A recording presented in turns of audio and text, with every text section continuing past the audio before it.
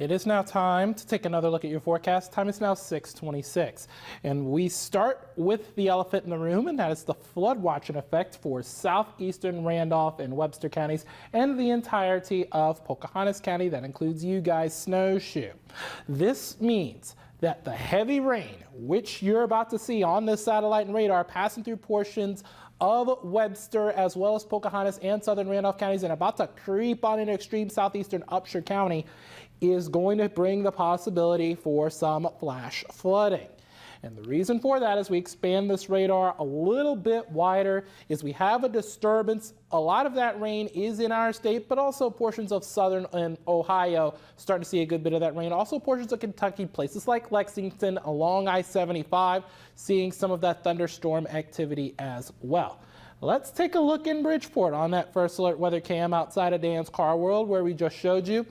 It's looking snazzy now, but that is not going to be the case in a couple hours, unfortunately. So if you have a window to get out your photo and submit your photo to the Submit Photos and Videos tab on our homepage on the drop-down menu, now would be a very good time. At least wait until this handsome meteorologist is done talking to you about what's important. Anyways, looking at those low 60s across much of our region, some upper 60s popping up in places like Morgantown, but we also have some upper 50s at the Garrett County Airport, because remember, Garrett County Airport, higher elevation means cooler temperatures, at least it usually is, unless there's some type of temperature inversion that takes place in the atmosphere sometimes, and that can sometimes happen. But speaking of temperatures, while we're on that subject, we're only going to get to the mid-70s today for your high temperature. And the reason for that is we're going to be seeing a lot of that rain, especially early, especially along and east of I-79. And the reason for that, and as a result of that, we could be seeing cooler temperatures, but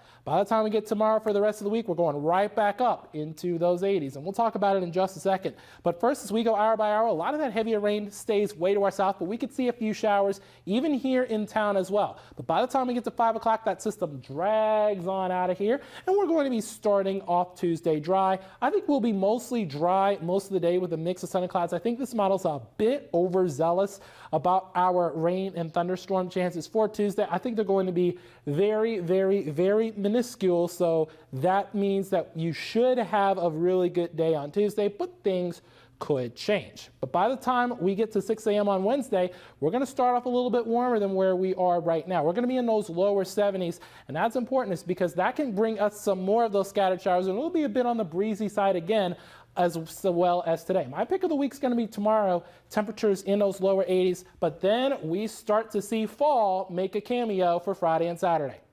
And with that, it is important to have the WDTV5 First Alert Weather app handy, free on iOS and Android, and that interactive radar right at your fingertips.